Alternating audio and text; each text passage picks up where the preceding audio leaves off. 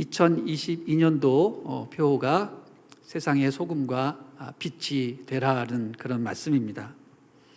어둡고 혼탁한 이 세상에 참으로 적절한 교회 표가 아닌가 생각이 됩니다. 우리는 이 세상을 살아가면서 어떻게 하는 것이 세상의 소금과 빛이 되는 것인가 늘 고민하고 기도하며 실천해야 할 것입니다. 다행히 예수님께서는 우리가 살아가는 현실과 믿음 사이의 이 괴리를 극복할 수 있도록 기도의 모범을 보여주셨습니다. 이 현실과 믿음의 차이를 극복하는 방법이 뭐죠? 기도밖에 없잖아요. 그런데 예수님이 제대로 기도하는 법을 가르쳐 주셨다는 것입니다. 그런데 예수님께서 우리에게 참된 기도의 모범을 가르쳐 주시기 전에 하신 것이 있는데 그게 뭐냐면 무엇이 잘못된 기도이고 무엇이 이건 기도가 아니다라고 명확하게 알려주셨다는 것입니다. 제일 먼저 예수님께서 예를 드신 것이 잘못된 기도의 예를 드신 것이 바로 외식하는 자의 기도입니다. 여러분, 외식이란 무엇입니까? 사람들에게 보이려고 하는 행동을 외식이라고 하죠. 마치 고대 영국에서 가면을 쓰고 연기를 하는 것처럼 자기의 본 모습은 감추고 남에게 보여주기 위한 의도적인 행동을 하는 것입니다. 이게 바로 외식이라는 정의이죠. 예수님은 외식하는 자의 기도를 싫어하셨습니다. 제일 안 좋은 기도가 뭐냐면 말이 어눌하고 표현이 적절치 못한 초보자의 기도가 아니라 말은 번드르하게 잘하고 아주 현학적이고 영적으로 기도를 하지만 본 모습이 아닌 외식하는 자의 기도를 주님은 싫어하셨다는 겁니다. 우리 이 5절 말씀 한번 보겠습니다. 시작. 또 너희는 기도할 때 외식하는 자와 같이 하지 말라. 그들은 사람에게 보이려고 회당과 큰 거리 어귀에 서서 기도하기를 좋아하느니라. 내가 진실로 너희에게 이르노니 그들은 자기 상을 이미 받았느니라. 자, 5절 말씀을 보면 외식하는 자의 특징이 나옵니다. 뭐죠? 그들은 사람에게 보이려고 한다. 사람에게 보이는 행동, 이것을 외식하는 것입니다. 여러분, 외식하는 자들은 어디서 기도하죠? 회당과 큰 거리 어귀에 서서, 다시 말해 사람이 많은 곳. 지금 나는 기도 중이라는 것을 과시하기 위해서 열린 장소를 선택하는 겁니다. 아마 그가 방에 들어가서 기도했더라면 어떻게 했을까요? 기도 중이라는 편말을 밖에다가 써붙였겠죠. 이런 자가 외식하는 기도라는 것입니다. 자, 그 기도의 내용은 무엇일까요? 자기 자랑입니다. 자기 자랑. 자, 다 같이 누가복음 18장 11절을 보도록 하겠습니다. 예수님이 예를 드신 바리새인의 기도의 내용입니다. 같이 한번 읽어주시죠. 시작. 바리새인은 서서 따로 기도하여 이르되 하나님이여, 나는 다른 사람들 곧 토색, 불의, 간음을 하는 자들과 같지 아니하고 이 세리와도 같지 아니함을 감사하나이다. 나는 일해에 2번씩 금식하고 또 소득의 11조를 드리나이다 하고. 자, 예수님께서 외식하는 자의 예를 드신 그 바리새인의 기도는요, 처음부터 끝까지 온통 자기 자랑으로 가득합니다. 물론 이것을 꼭 나쁘게만 볼 것이 아니라 좋게 해석해서 하나님 앞에 자기의 경건한 생활을 자랑하듯이, 마치 꼬마 아들이 자기 아버지한테 학교에서 나 이런 일 했어요, 저런 일 했어요, 나 100점 맞았어요, 선생님한테 칭찬받았어요, 이렇게 정말 주저리 말하는 것이라고 이렇게 볼 수도 있겠지만, 실제로 바리새인이 이렇게 기도하는 이유는 무엇입니까? 그런 순수한 마음이 아니죠. 뭐죠? 외식하는 것입니다. 남들 들으라고 하는 것입니다. 기도를 하나님께 하는 것이 아니라 사람들 들으라고 하는 겁니다. 나는 이렇게 지금 완벽한 생활을 하고 있다. 또 나만큼 기도 잘하는 사람이 어딨냐? 나를 본받아라. 이런 내용이죠. 이런 외식하는 자의 기도를 들으면요, 왠지 기분이 나빠요. 무시당한 듯한 느낌이 들어요. 저 사람 훌륭하고 영적인 걸 알겠는데 왠지 기분이 나쁘게 들려집니다. 이게 외식하는 자의 기도의 특징이 그런 것입니다. 그래서 예수님이 말씀하십니다. 그렇게 외식하는 자의 기도하는 사람들의 결과는 어떻게 된다고요? 5절 하반부에 뭐라고 말씀하십니까? 그들은 자기 상을 이미 받았느니라. 이게 무슨 뜻입니까? 그들은 하나님께 기도한 것이 아니라 사람들에게 기도했기 때문에 사람들로부터 칭찬을 받아서 하늘에서 더 이상 받을 상급이 없다라는 뜻입니다. 여러분, 상급이란 한 번만 주어지는 겁니다. 여러분, 상 2번 주는 거 봤습니까? 상은 한 번만 받는 거예요. 근데 그 외식하는 자들은 그 상을 사람들로부터 이미 받았기 때문에 하늘에서는 더 이상 상이 없다라는 것입니다. 이 말은 무슨 뜻입니까? 그들이 누구에게 기도했어요? 하나님께 기도한 것이 아니라 사람에게 기도한 꼴이 되고 말았다는 것입니다. 그래서 예수님은 외식하는 자의 기도를 언급하신 이후에 너희가 기도할 때는 사람들이 보이지 않는 은밀한 곳에서 기도하라고 말씀을 하십니다. 6절 말씀 읽어보겠습니다. 시작. 너는 기도할 때 내 골방에 들어가 문을 닫고 은밀한 중에 계신 내 아버지께 기도하라. 은밀한 중에 보시는 내 아버지께서 갚으시리라. 자, 예수님은 참된 기도를 가르쳐 주시면서 무엇을 강조하십니까? 은밀함을 강조하십니다. 은밀함. 우리 명심해야 됩니다. 기도할 때는 은밀하게 해야 된다. 여럿이 있을 때만 기도하지 말고 혼자 있을 때 기도해라. 예배당, 성전에서만 기도하지 말고 너의 골방에 있을 때 기도해라. 장소와 시간을 초월해서 은밀한, 큐티에서 말하는 나만의 조용한 시간과 장소를 정해서 그곳에서 기도하라라고 가르쳐 주십니다. 여러분, 보통 은밀할 때 사람들은 뭐 하죠? 죄를 짓습니다.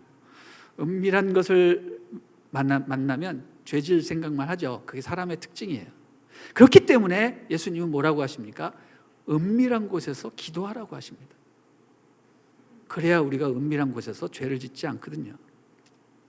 혼자 있을 때 죄 짓기 쉬운데 혼자 있을 때 기도하라고 말씀을 하십니다.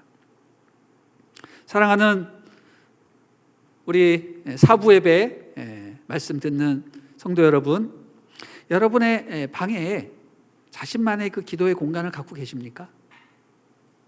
여러분이 앉아서 무릎 꿇고 기도할 그런 거룩한 장소가 여러분의 집 안에 있습니까?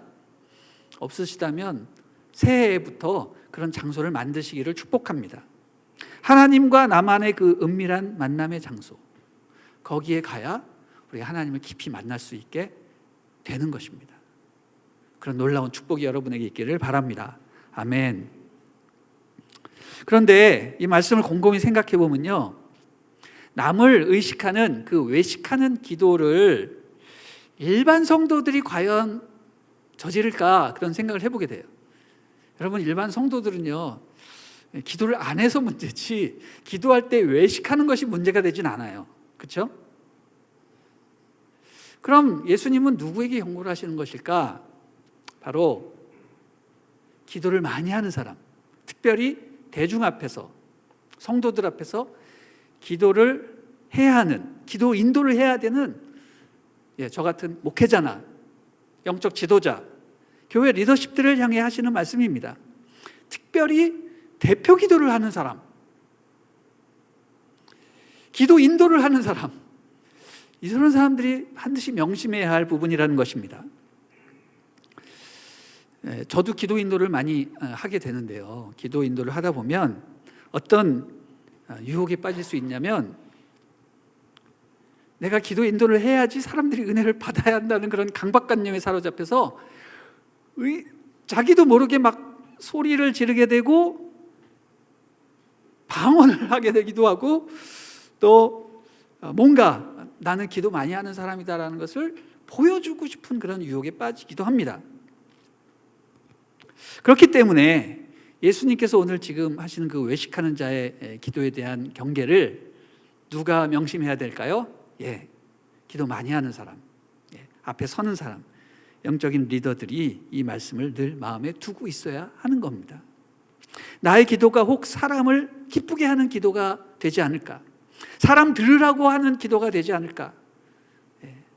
여러분, 그런 유혹에 빠지지 않으려면요, 어떻게 해야 됩니까? 은밀한 곳에서 늘 기도하고 있어야 돼요. 그래서 기도에 자신감이 생기고 어떤 상황 가운데서도 외식적인 기도를 하지 않게 되는 것입니다. 그렇게 사람에게 기도하지 않고 은밀한 가운데 하나님께만 기도하는 사람에게는 어떤 상급이 베풀어진다고 하셨습니까? 6절 하반부 읽어보십시오. 은밀한 중에 보시는 내 아버지께서 갚아주실 것이다. 한마디로 하늘의 상급이 있을 것이다. 사람에게서 받는 상급이 아니라 하늘로부터 하나님이 직접 내리시는 상을 받을 것이다. 할렐루야. 아멘. 여러분, 상을 사람에게서 받는 것이 낫나요? 하나님으로부터 받는 것이 낫나요? 당연히 상은 하나님으로부터 받아야죠.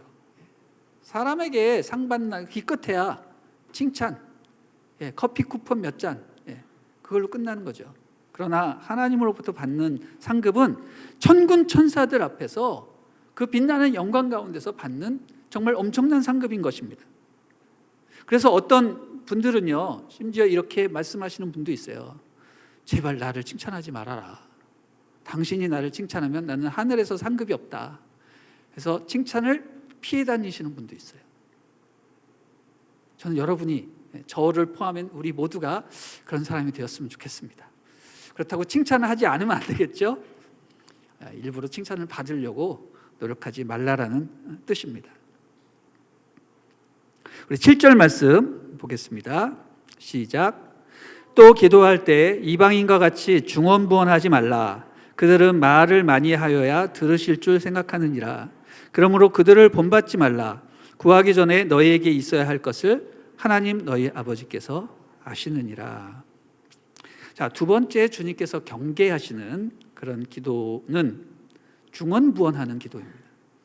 이 중언부언이라는 말은 한 말을 또 하고 또 하고 반복하는 것을 말하죠. 여러분, 왜 그렇게 반복을 할까요? 왜 중언부언을 하겠습니까?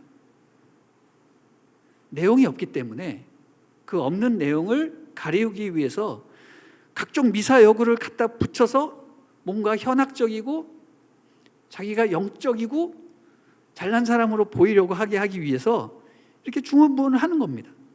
이건 역시 사람을 의식해서 하는 기도의 대표적인 예입니다. 그런데 예수님 말씀하실 때 이때 시대적 배경을 좀 살펴보면 고대 종교에서 사람들은 말을 많이 해야 되고 사람들이 알아듣기 힘든 종교적 언어를 사용해야 거룩한 기도를 한다고 생각을 했습니다. 또 기도할 때 사용하는 단어나 문구는 일반인들이 사용하지 않는 그런 종교적 언어를 사용해야 된다고 생각을 했습니다. 그래서 사람들이 잘 사용하지 않고 잘 못 알아듣는 그런 문장을 사용하는 기도를 그것도 아주 오랜 시간 동안 주문 읊듯이 기도를 했던 것입니다. 예수님은 바로 그런 기도가 중언부언하는 기도고 이방인들이나 하는 기도라고 경계하시면서 그런 기도 하지 말라고 하셨습니다. 말을 많이 하는 기도, 오랫동안 하는 기도, 이런 기도가 무조건 좋다라고 할 수 없다라는 거죠. 또 어떤 기도가 있을까요? 하나님께 나의 요구사항을 하나도 빠뜨리지 않기 위해서 노트에 적어놓고 그 내용을 조목조목 놓고 기도하는 그런 기도. 또 어떤 기도가 있습니까? 큰 소리로 남들 다 들으라고 정말 방언으로도 기도하고 오랫동안 기도하는 것. 여러분, 이런 기도들은 사실 저를 포함해서 우리 모두가 이렇게 은연중에 하게 되는 기도의 모습입니다. 누군가의 기도 습관을 좋다 나쁘다 말하기는 참 어려운 것이죠. 하나님이 너무 좋아서 오랫동안 앉아서 기도할 수도 있는 것이고요. 또 그분을 향한 열정이 너무 뜨거워서 막 뜨겁게, 때로는 막 방언으로 줄줄이 기도할 수 있는 것입니다. 또 기도 제목을 까먹지 않기 위해서 생각날 때마다 노트에 적는 것이 그걸 누가 뭐라고 말을 합니까? 너무너무 좋은 습관이죠. 그러나 주님이 그런 것들에 대한 문제를 제기하시는 것이 아니라 뭐예요? 자기의 기도로 인간적인 목적 달성을 위한 수단으로 삼는 것을 경계하시는 것이죠. 내가 기도하지 않으면 하나님이 응답하지 않을 것이라는 의구심으로 조목조목 다 하나라도 빠뜨릴까 봐 다 적어놓고 하나님께 아뢰는 거. 여러분, 이런 기도를 곰곰이 생각해 보면 물론 그 사람의 꼼꼼함과 하나님 앞에 정말 모든 것을 다 알려드리고 싶어하는 그런 귀한 마음은 알겠지만, 어떤 의미에서는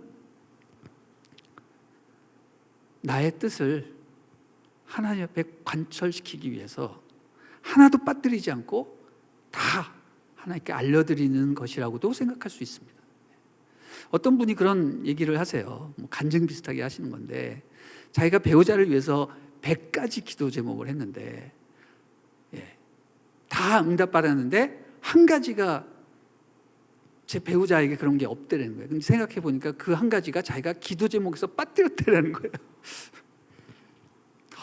막 온몸에 막 떨려, 막 닭살이 돋고 저런 사람하고 어떻게 살까 이제 막 그런 생각을 하게 됐습니다. 자기의 요구사항을 빠뜨리지 않고 조목조목 하나님 앞에 기도하는 것. 그래서 만약에 하나님이 기도하시지 않으면, 응답하시지 않으면 막 마음 섭섭해하는 그런 기도는 좀 문제가 있지 않나, 그런 생각이 듭니다. 여러분, 그럼 우리는 어떻게 기도해야 되는 걸까요? 오래 기도하지 말아라. 말을 많이 하지 말아라. 조목조목 따지듯이 이렇게 기도하지 말라. 그럼 도대체 우리는 어떻게 기도해야 되는가? 여러분, 하나님이 오늘 예수님이 말씀하신 것처럼 우리가 기도하기 전부터 우리가 기도해야 할 내용을 다 아신다고 했다면 과연 우리는 기도할 필요가 있는가? 여러분, 왜 우리는 기도하죠? 우리의 기도 제목을 하나님께 알려드리려고 기도하나요? 하나님이 모르는 것이 있기 때문에 기도해야 됩니까? 아닙니다. 오히려 하나님은 모든 것을 다 아시기 때문에 우리는 기도할 필요가 있는 것입니다. 하나님이 다 아시니까 그분의 뜻이 무엇인지를 우리는 확인하기 위해서라도 기도해야 되는 거죠. 그리고 그분이 다 아신다면 우리는 어떤 마음가짐으로 기도해야 될까요? 하나님이 모른다고 생각하고 뭔가를 자꾸 요청해야 되는 걸까요? 아닙니다. 하나님이 다 아신다면 우리의 기도의 태도는 오히려 두렵고 떨리는 마음으로 진실하게 나아가야 할 것입니다. 왜? 하나님이 다 아시니까. 내가 가식적으로 기도하는 것도 다 아시는 거예요. 내가 중언부언하는 것도 다 아시는 거예요. 그럼 우리는 어떻게 기도해야 됩니까? 하나님 앞에 진실하게, 정직하게 나아갈 수밖에 없는 것입니다. 우리는 그런 하나님 앞에 눈물로밖에 나갈 수 없는 것이죠. 나의 속마음을 완전히 드러내는 기도를 할 수밖에 없는 것입니다. 자, 그런 기도의 예가 무엇입니까? 바로 예수님이 말씀하신 세리의 기도입니다. 바리새인의 기도와 정반대되는 세리의 기도. 우리 누가복음 18장 13절 한번 읽어보겠습니다. 시작. 세리는 멀리 서서 감히 눈을 들어 하늘을 쳐다보지도 못하고 다만 가슴을 치며 이르되 하나님이여 불쌍히 여기소서 나는 죄인이로소이다 하였느니라. 여러분, 세리는 많은 내용을 기도하지 않았습니다. 단 하나 기도했습니다. 주님, 저는 죄인입니다. 저를 불쌍히 여겨주십시오. 근데 그 기도가 모든 것을 다 얘기했습니다. 그리고 하나님이 그 마음을 다 받으셨습니다. 바리새인은요, 엄청나게 많은 수십억을 동원해서 기도를 했지만 속 얘기를 한 것이 하나도 없습니다. 자, 하나님이 기도를 안 들어주십니다. 그러나 이 세리는 단 한 가지를 얘기했습니다. 저를 불쌍히 여겨주십시오. 저는 죄인입니다. 하나님 그 마음을 아시고 다 응답하셨습니다. 이 얼마나 놀라운 차이입니까? 세리는 하나님 앞에 당당히 서지도 못했습니다. 바리새인은 당당히 서서 기도했죠. 그러나 세리는 사람들이 볼까 봐 숨어서 쭈그리고 앉아서 가슴을 치며 기도를 했습니다. 주여 저를 불쌍히 여기소서. 저는 죄인입니다. 주님 다 아시니까 저는 함부로 말도 꺼내지 못하겠습니다. 여러분, 이런 기도를 해야 하나님이 응답을 하신다는 것이죠.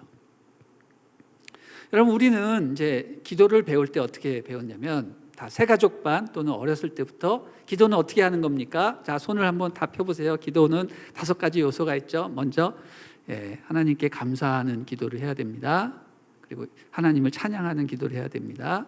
그리고 우리의 죄를 용서해 달라는 기도를 해야 됩니다. 그리고 남을 위해 중보하는 기도를 해야 됩니다. 그리고 마지막으로 새끼손가락, 자기의 필요는 가장 적게 기도하는 것입니다. 그렇게 하고 맨 마지막에는 기도는 예수님의 이름으로 기도합니다. 이렇게 마무리한다고 이렇게 배웠습니다. 그런데 예수님은 제자들에게 기도를 가르쳐 주실 때 이런 기도의 형식 이전에 무엇을 말씀하셨냐면 기도하는 사람의 마음가짐을 얘기하십니다. 제일 빠지기 쉬운 기도가 뭐라고 하셨어요? 외식하는 기도라고 하셨습니다.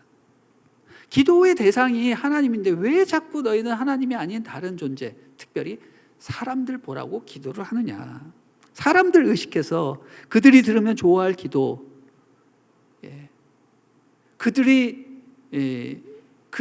그 생각을 의식해서 하는 기도를 하느냐라고 꾸짖으셨습니다. 자기의 신앙심을 자랑하고 자꾸 드러내려 하고 사람들을 의식하다 보니까 자꾸 미사 여구가 들어가서 기도가 길어지는 거죠. 여러분, 기도는요 사실 길게 할 필요가 없습니다. 단순해야 됩니다. 단순하다는 것은 짧은 것을 의미하는 것은 아니죠. 자신의 마음을 꾸미지 않고 진솔하게 표현하는 것이 단순한 기도입니다. 진실하고 단순한 기도, 바로 세리와 같은 기도. 주님, 저는 죄인입니다. 저를 불쌍히 여겨주십시오. 이 기도 안에 모든 것이 다 들어있는 것입니다. 이게 기도의 정수이죠. 진리는 단순하고 명확해야 됩니다. 하나님께 기도할 때 어떤 말과 어떤 표현으로 나아가야 할까 고민할 필요가 전혀 없습니다. 오직 진실함, 정직함으로 나아가면 되는 겁니다. 진실한 기도가 하나님을 감동시키고 세상을 변화시키는 겁니다. 우리 주님은 기도할 때 외식함을 버리고 진실함으로 나아가라고 말씀하고 계십니다. 그러면서 뭐라고 하세요? 너희는 이렇게 기도하라라고 하시면서 주기도문을 가르쳐 주시잖아요. 자, 우리는 아직 주기도문 읽지 않았지만 주기도문이 어떤 기도일 것이다라는 것을 단번에 인식합니까? 짧고 단순하고 정직한 기도가 나올 것이다. 이렇게 이제 우리는 인식을 하게 되는 것이죠. 자, 기대하는 마음으로 예수님이 가르쳐 주신 주기도문을 한번 읽어보도록 하겠습니다. 같이 한번 읽어주세요. 시작. 그러므로 너희는 이렇게 기도하라. 하늘에 계신 우리 아버지여, 이름이 거룩히 여김을 받으시오며 나라가 임하시오며 뜻이 하늘에서 이루어진 것 같이 땅에서도 이루어지이다. 오늘 우리에게 일용할 양식을 주시옵고 우리가 우리에게 죄 지은 자를 사하여 준 것 같이 우리 죄를 사하여 주시옵고 우리를 시험에 들게 하지 마시옵고 다만 악에서 구하옵소서. 나라와 권세와 영광이 아버지께 영원히 있사옵나이다. 아멘. 자, 13절 맨 마지막에 가로 쳐져 있는 부분이 있잖아요. 이 부분은 사본들을 비교해 볼 때 없는 사본도 있고 있는 사본도 있고, 그래서 아마 후대에 경건한 사람들이 여기에 첨가한 것이라고 여겨지는 그런 부분입니다. 왜냐하면 그 다른 기도문들을 보면 나라와 권세와 영광이 아버지께 영원히 싸웁니다라는 그런 억구가 똑같이 반복되는 것들을 보게 되거든요. 그게 후대에 누군가가 첨가를 했을 것이다라고 학자들을 생각하기 때문에 제가 오늘 이 시간 요 말씀은 다루지 않도록 하겠습니다. 자, 주기도문으로 알려진 그 예수님이 가르쳐 주신 기도는요, 설교자들에 의해서, 성경 연구가들에 의해서 아주 세밀하게 연구가 되고 결론이 난 그런 내용입니다. 주기도문 하나로 책 한 권을 쓸 수 있을 만큼 방대한 그런 분량이 있습니다. 그것을 오늘 이 시간 다 얘기하면 날밤 새겠죠. 그런데 오늘 우리가 방금 다룬 내용이 무엇입니까? 기도란 단순하고 명확해야 된다. 그런 관점처럼 우리 주기도문도 이렇게 잘 살펴보면 정말 몇 가지 단순한 개념으로 요약을 할 수가 있습니다. 그것은 뭐냐면 첫 번째, 기도의 대상이 누구냐 그 얘기하고요. 또 하나는 우리는 무엇을 기도해야 되는가, 그리고 기도를 막는 것은 무엇이냐, 기도의 방해물을 제거하는 방법, 이런 세 가지 정도로 생각해 볼 수가 있겠습니다. 첫 번째, 우리는 누구에게 기도해야 되는가? 당연히 하나님이죠. 하나님께 기도하는 겁니다. 그런데 앞서 살펴본 대로 사람들이 하나님께만 기도해야 되는데 자꾸 누구를 바라봐요? 사람을 바라본단 말이에요. 사람을 의식하고, 그래서 사람에게 기도하는 꼴이 돼버렸어요. 그것도 기도를 잘못하는 초신자가 아니라 기도를 많이 하는 신심 깊은 목회자들이나 성경 종교 지도자들이 그런 외식하는 기도를 한단 말이에요. 그러므로 우리는 어떻게 해야 돼요? 기도를 많이 하면 많이 할수록 조심해야 된다는 거죠. 나의 기도가 외식하는 기도가 되지 않도록. 기도할 때 나와 하나님 사이에 다른 존재가 결코 끼어들지 않도록 우리는 늘 하나님께 깊이 집중해야 한다는 것입니다. 자, 기도의 대상이 하나님이신데 우리 예수님은요, 그 기도의 대상이신 하나님을 정말 놀랍도록 새롭게 표현을 하셨습니다. 뭐라고 표현하셨어요? 바로 하나님을 하늘에 계신 우리 아버지라고 표현하셨다는 거죠. 여러분, 이게 엄청난 사건입니다. 하나님을, 천지 만물을 지으신 전지전능하신 우리 하나님을 아버지라고 불렀다라는 거죠. 너무 간단하죠? 근데 엄청난 사건인 거예요. 예수님이 하나님을 아버지라고 부르는 것은 우리가 이해해요. 그러나 우리 보고 너희도 하나님을 아버지라고 부르라고 하셨다는 겁니다. 이것은 정말 혁명적인 사건이 아닐 수가 없습니다. 또 이것은 무엇을 의미합니까? 나만 아버지가 아니라 우리 모든 사람들로 하여금 아버지라고 부르라고 하셨으니 그 모든 사람들이 다 우리와 한 형제 자매가 되는 거예요. 다 하나님의 자녀가 되는 거예요. 또 하나님을 가까이 할 수 있는 통로가 되는 거예요. 하나님의 사랑을 더욱더 확실하게 느끼게 되는 거예요.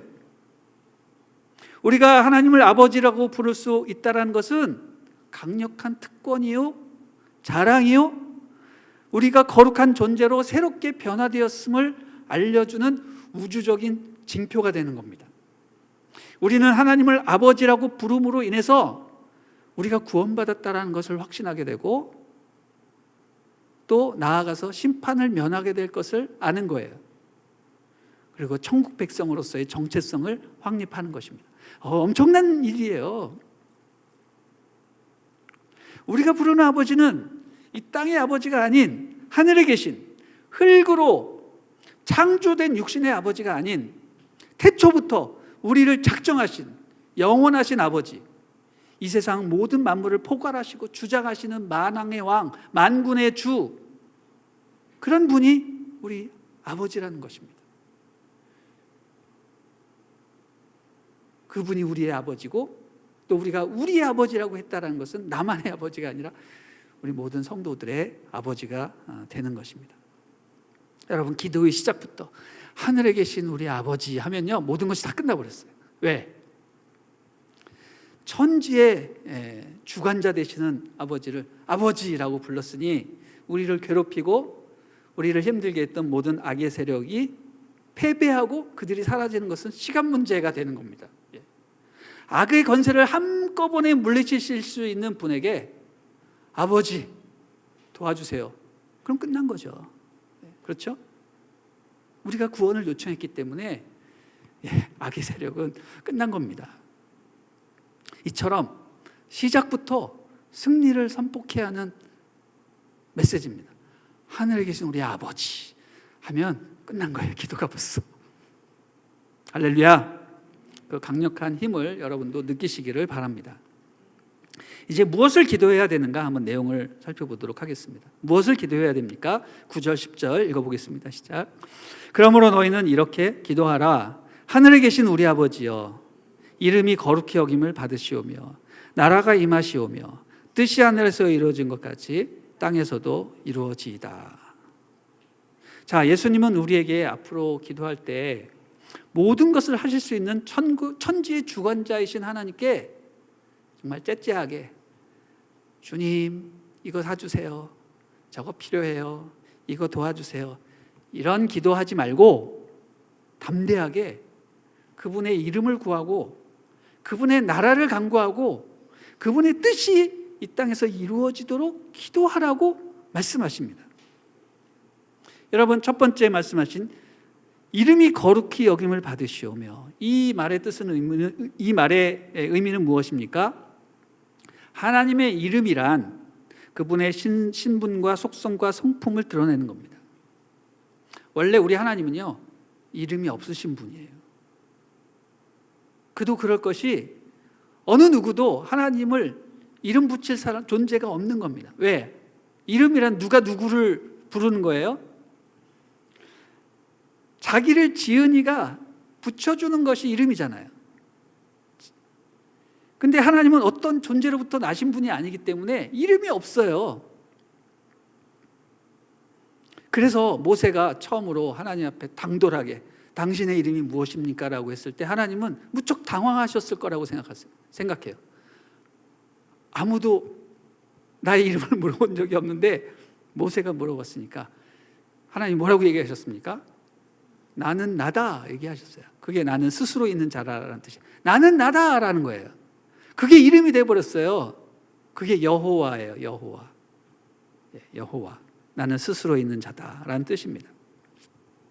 그런데 그 사건 이후로 사람들은 하나님의 이름을 부를 필요가 있게 됐어요. 그래서 이름을 어떻게 불렀냐면 신이라는 일반적인 명사가 히브리어로 엘이라는 뜻이거든요. 그래서 그 엘 앞뒤로 형용사를 붙여서 자기가 발견한 하나님 해가지고 무슨 뭐뭐 엘 이렇게 붙였다는 거죠. 뭐 엘샤다이, 능력의 하나님, 뭐 여호와니지 그러면 여호와 나의 깃발, 여호와 이레, 여호와 준비하시는 하나님, 뭐 이런 식으로 그 하나님 자기가 발견한 하나님의 그 속성과 성품을 따서 이름을 불렀다라는 것입니다. 다시 말해서 하나님의 이름은요, 그분의 속성과 성품을 드러내는 것입니다. 그러므로 우리가 기도할 때 그분의 이름을 거룩히 여김을 받으시오며라고 할 때 우리는 늘 기도할 때 무엇을 생각해야 돼요? 하나님의 거룩하신 그 속성과 성품을 묵상하며 기도를 해야 한다는 겁니다. 그분을 아버지라고 부르기 때문에 우리가 친밀하게 친근하게 다가갈 수 있지만 그냥 막연하게 다가가서는 안 될 존재라는 거죠. 왜냐하면 그분은 죄가 없으신 거룩한 분이시기 때문에 엄위함과 존귀함으로 두렵고 떨린 마음으로 주님 앞에 나아가야 한다는 것입니다. 그리고 우리는 무엇을 기도해야 됩니까? 그분의 나라가 임하도록 기도하는 것입니다. 그분의 나라, 하나님의 나라라는 것은 그분의 주권과 통치를 말하는 것입니다. 우리의 기도는 늘 하나님의 주권과 통치가 이 땅에서 실현되게 해달라고 기도해야 되는 겁니다. 그분의 뜻이 하늘에서 이루어진 것 같이 땅에서도 이루어지도록 우리는 늘 기도 제목을 그 방향으로 몰고 가야 하는 것입니다. 이 말은 우리의 기도가 하나님의 뜻이 이루어지도록 해야지 내 뜻이 성취되도록 기도를 해서는 안 된다는 거죠. 하나님의 뜻이 이루어지면요, 내 뜻도 이루어지게 돼 있어요. 내 뜻을 이루려고 하지 말고 하나님의 뜻이 이루어지게 기도하라. 그러면 우리의 뜻도 저절로 이루어지게 되는 겁니다. 할렐루야, 아멘. 이 사실을 아셔야 돼요. 내 뜻을 위해서 기도하지 말고 하나님의 뜻을 위해 기도하라. 그게 내 뜻이 이루어지는 기도인 것입니다. 자, 11절 말씀 읽어보겠습니다. 시작. 오늘 우리에게 일용할 양식을 주시옵고. 네, 11절. 제가 약간 좀 뜬금없는 그런 말씀, 기도 제목이기도 합니다. 이 말씀을 어떻게 해석을 해야 되는가? 이 말씀은요, 단순히 밥 먹을 때 식기도 하라는 그런 내용이 아닌 거 아시죠? 예. 또 우리가 기도할 때 반드시 먹을 것을 달라고 기도해라 라고 하는 내용도 아님을 우리는 직감적으로 알게 됩니다. 이게 무슨 의미일까? 주님은 분명히 뭐라고 얘기하셨냐면, 너희는 무엇을 먹을까? 무엇을 마실까? 무엇을 입을까? 걱정하지 말라. 이렇게 얘기하셨어요. 그리고 주님은 우리가 필요한 모든 것을 다 아신다고 하셨습니다. 그리고 그 모든 것보다 먼저 하나님의 나라와 그의 의를 구하라. 그러면 이 모든 것을 채울 것이다 라고 말씀하셨습니다. 그런데 왜 갑자기 일용할 양식을 구하라고 하시는 것일까요? 여러분, 이 말씀의 뜻은 먹을 것을 달라는 얘기가 아니라 오히려 우리에게 일용할 양식이면 충분하오니 우리가 다른 것을 구하지 않게 하소서라는 뜻이 포함되어 있는 것입니다. 주님, 우리에게 꼭 필요한 것은 일용할 양식입니다. 일용할 양식만 주시면 됩니다. 우리는 다른 것을 구하지 않겠습니다. 왜냐하면 하나님이 모든 것을 채워주실 것이기 때문입니다. 아멘. 뭐 이런 뜻이에요. 일용할 양식 이외에 더 풍족한 것을 구하지 않게 하소서. 우리의 관심과 소망은 풍요로움이 아니라 일용할 양식을 늘 공급하시는 신실하시고 능력 있는 하나님임을 믿습니다. 아멘. 이런 뜻을 갖고 있는 겁니다.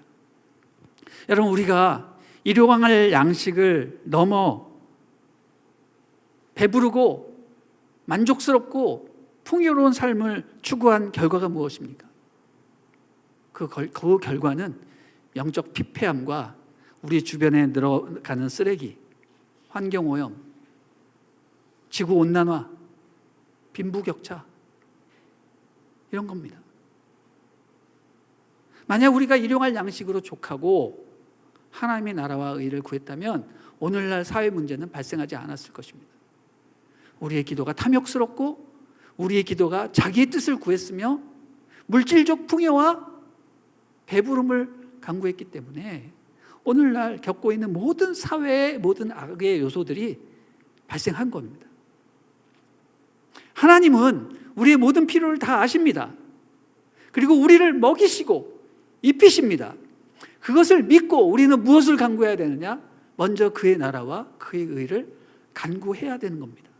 그렇게 될 때 오늘날 우리가 경험하는 사회적 문제가 다 해결될 줄 믿습니다. 하나님의 사람들은요, 물질적 풍요를 추구하지 않고 모든 것에 자족하며 감사하며 심령이 늘 가난한 상태를 유지해야 됩니다. 저는 그렇게 믿습니다. 크리스찬은 자발적 가난을 실천해야 된다. 이 자발적 가난이라는 것은 여러분 모두가 다 빈곤해지란 뜻이 아니에요. 자발적 가난이라는 뜻은 자족하라는 얘기입니다. 감사하라는 얘기죠. 물질적 풍요를 추구하지 말라라는 뜻입니다. 오히려 영적인 풍요를 추구하라. 하나님 앞에 늘 심령이 가난한 상태를 유지하라. 이런 뜻입니다. 예수님이 그런 삶을 우리 크리스찬들 보고 살아가도록 주기도문에 뭐라고 명시해 놓으셨냐면 일용할 양식을 주시옵소서. 끝. 예. 하나님 다 알아서 공급하신다는 겁니다. 자, 12절 같이 한번 읽어보겠습니다. 시작. 우리가 우리에게 죄 지은 자를 사하여 준 것 같이 우리 죄를 사하여 주시옵고. 자, 오늘 우리 주기도문 설교의 가장 중요한 대목이 드디어 나왔습니다. 뭡니까? 용서에 관한 그런 내용입니다. 용서. 왜 용서가 주기도문의 가장 중요한 주제일까? 여러분, 왜 그런지 아세요? 그것은 죄가 우리의 기도를 막기 때문입니다. 기도할 때 최대의 방해 요소는 바로 죄입니다. 죄. 우리가 죄를 지면 기도가 막혀요. 제일 먼저. 하나님과 멀어지고 기도하기가 힘들어집니다. 다윗이 밧세바를 범한 후에 나단 선지자가 나타나서 다윗을 책망한 이후에 다윗이 자신의 죄악을 깨닫고 하나님께 기도한 그 시가 바로 시편 51편인데요. 그것을 여러분 한번 집에 가서 읽어보십시오. 다윗이 얼마나 고통스럽고 힘들어하는지, 기도가 안 되니까. 그런 모습을 우리는 보게 돼요. 그래서 예수님이 기도할 때 제일 중요하게 다루시는 부분이 바로 죄 문제고요. 그 죄 문제를 해결하는 유일한 방책인 용서를 강조하시는 겁니다. 여러분, 용서는요, 무엇이냐? 죄를 해결하는 거예요. 우리는 흔히 죄를 해결하는 것은 뭐냐? 예수 그리스도의 보혈이라고 알고 있잖아요. 그 틀린 말이 아닌 게 예수 그리스도의 보혈은 하나님께서 우리를 용서하셨다라는 징표인 거예요. 예수님이 이 땅에 왜 오셨는지 아세요? 우리를 구원하러 오신 게 아니라, 그게 우리를 구원하러 오셨다라기보다 우리를 용서하러 오신 거예요. 하나님이 너희를 용서하셨다라는 것을 보여주기 위해서 십자가에 달려 피 흘려 돌아가신 겁니다. 용서하셨다라는 것을 선포하는 거예요. 하나님이 이미 용서하셨어요. 우리가 받아들이지 않는 것뿐이지. 그거의 십자가예요, 십자가. 그게 보혈이에요. 용서는 죄 문제를 해결하는 방법입니다. 오직 용서만이 죄의 영향력을 끊고 저주의 사슬을 부셔버릴 수 있는 겁니다. 하나님은 이 땅에 계속되는 죄의 저주를 어떻게 끊으셨는가? 용서하심으로 끊어버리신 겁니다. 우리 예수님은 하나님이 우리를 용서하셨다는 것을 보여주시기 위해서 이 땅에 오신 것이죠. 그렇기 때문에 죄 문제가 해결되었고 구원받았고 나아가서 우리도 적극적으로 남을 용서할 수 있게 되는 것입니다. 용서는 하나님의 뜻이고요. 용서할 때 뭐가 임해요? 주의 나라가 임하고 하나님의 뜻이 이 땅에서도 이루어지는 겁니다. 그러므로 이렇게 말할 수 있습니다. 기도는 뭐다? 용서하는 것이다. 기도는 용서하는 것이다. 자, 14절 15절 보십시오. 주기도문이 다 끝났는데 예수님이 다시 강조해서 말씀하시는 것을 보게 됩니다. 14절 15절 읽어주십시오. 시작. 너희가 사람의 잘못을 용서하면 너희 하늘 아버지께서도 너희 잘못을 용서하시려니와 너희가 사람의 잘못을 용서하지 아니하면 너희 아버지께서도 너희 잘못을 용서하지 아니하시리라. 여러분, 우리는 아무리 하나님께서 용서를 선포하셔도 그 용서를 받아들이지 않으면 우리는 용서받지 못합니다. 하나님이 용서하지 않으신 게 아니라 우리가 그 용서를 안 받아들이는 거예요. 그래서 용서도 못해요. 그러나 하나님의 사랑을 받은 자, 하나님이 우리를 용서하셨다라는 사실을 깨달은 자, 그들은 적극적으로 남을 용서하게 되고 나아가서 하나님의 용서하심을 경험하게 되는 겁니다. 그러므로 하나님으로부터 진정한 용서를 받으려면 어떻게 해야 돼요? 내가 남을 용서하는 체험이 있어야 돼요. 하나님이 나 같은 죄인도 용서하셨구나 알게 되는 거예요. 그 용서해보지 않은 사람은 그거 잘 몰라요. 그냥 이론적으로만 알 뿐입니다. 용서는 이론적으로 지식적으로 안다고 해당되는 게 아니에요. 용서는 직접 용서해봐야 되고 용서를 받아봐야 됩니다.